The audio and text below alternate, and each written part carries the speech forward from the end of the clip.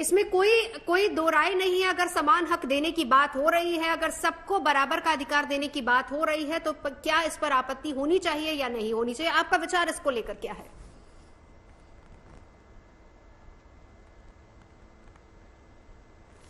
मौलाना साहब आपसे पूछ रहे हो, पीर मौलाना कादरी साहब। जी जी मैडम, आ रही आवाज? जी जी, आप ही से सवाल है मेरा। देखिए मैडम, बात यह है कि यूनिफॉर्म सिविल कोड सिर्फ मुसलमानों का मसला नहीं है, बल्कि हिंदुस्तान के 140 करोड़ हिंदुस्तानियों का मसला है।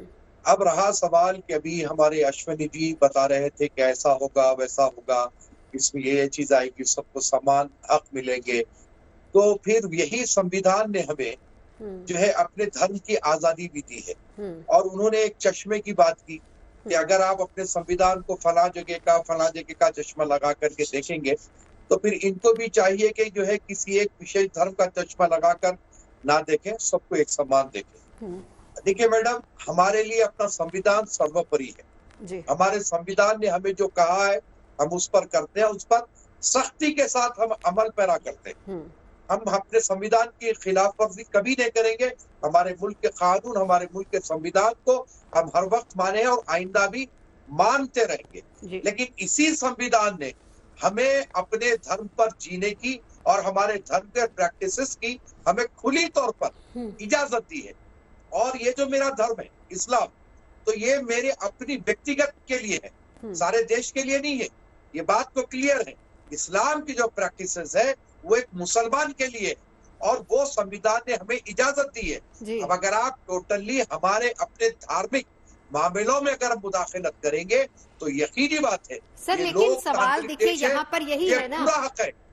जो चीजें ड्राफ्ट में है, जिसको अश्विनी जी समझा रहे हैं, वही बात आती है। जो चीजें ड्राफ्ट में है, अधिकार तो कोई नहीं छीन रहा है आपसे कि आप अपना धर्म नहीं मानिए, लेकिन उसमें जी अश्विनी जी देखिए, यूनिफॉर्म सिविल कोड आने से किसी के मजहबी मान्यताओं में कोई फर्क नहीं होगा। अजान वैसे ही होगी, नमाज वैसे ही होती रहेगी, निकाह वैसे ही किया जाएगा, जैसे काजी आके निकाह नामा पढ़ाते हैं और कबूल होता है, वो चलता रहेगा। 7 फेरे होते रहेंगे, चर्च में प्रेयर होती रहेगी, गुरुद्वारे में जैसे पूजा होती, उसमें कोई फर्क ही नहीं पड़ेगा। कैसे आपको अजान देना है और कैसे आपको नमाज पढ़ना और कितनी बार नमाज पढ़ना, इसमें कोई फर्क नहीं पड़ेगा। मैं एक बात और क्लियर कर दूं, ये यूनिफॉर्म सिविल कोड है, ये यूनिफॉर्म फूड कोड नहीं है कि सबका खाना एक समान हो जाएगा। जी चलिए अश्विनी जी एक उनका रिएक्शन भी ले लेते हैं। मौलाना साहब, बिल्कुल, ये यूनिफॉर्म ड्रेस कोड नहीं है कि बदलाव नहीं आएंगे, सिर्फ अधिकारों की बात हो रही है मौलाना साहब, ऐसा अश्विनी जी कह रहे हैं। देखिए मैडम, मैं ये तो कह रहा हूँ ना कि अधिकार हमें संविधान ने दिया है, और हम भी ये बात आपके चैनल के माध्यम से आज नहीं कई महीनों से हिंदुस्तान के सारे मुसलमानों को भी ये समझा रहे हैं कि यूनिफॉर्म सिविल कोड से हमारे धार्मिक आजादी में कोई फर्क नहीं आएगा। लेकिन जिस तरीके से टीका टिप्पणी की जा रही है, जिस तरीके से बयाना दिए जा रहे हैं, उससे लोगों में एक नए किस्म का भ्रम पैदा हो रहा है।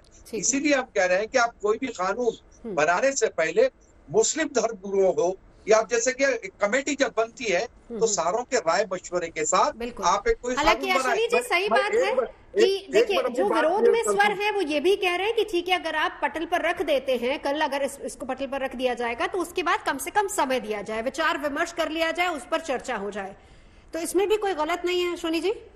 नहीं, ये तो 2 साल से कमेटी बनी हुई है और 22,000 सजेशन आए हैं।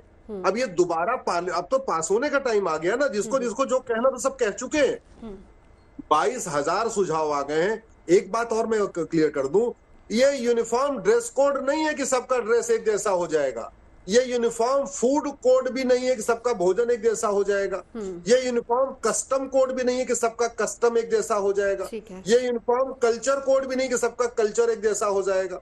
ये यूनिफॉर्म रिलीजन कोड भी नहीं है कि सबका रिलीजन एक हो जाएगा। ये सिंपल सा यूनिफॉर्म सिविल कोड है। सिविल राइट एक समान हो जाएगा, प्रॉपर्टी का राइट एक समान हो जाएगा, शादी विवाह एक समान हो जाएगा, कुरीतियां खत्म हो जाएंगी और कुप्रथाएं खत्म हो जाएंगी। जो कुरीतियां विदेश की हैं, चाहे वो मंगोल से आई हैं या अरब से आई हैं, जहां से भी आई हैं, वो कुरीतियां खत्म होगी और भारत की बेटी, सभी बेटी भारत की बेटी बनेगी। वो हिंदू बेटी हो या मुस्लिम बेटी हो, पारसी बेटी हो या ईसाई बेटी हो, उसके बीच में भेदभाव खत्म हो जाएगा। ठीक है।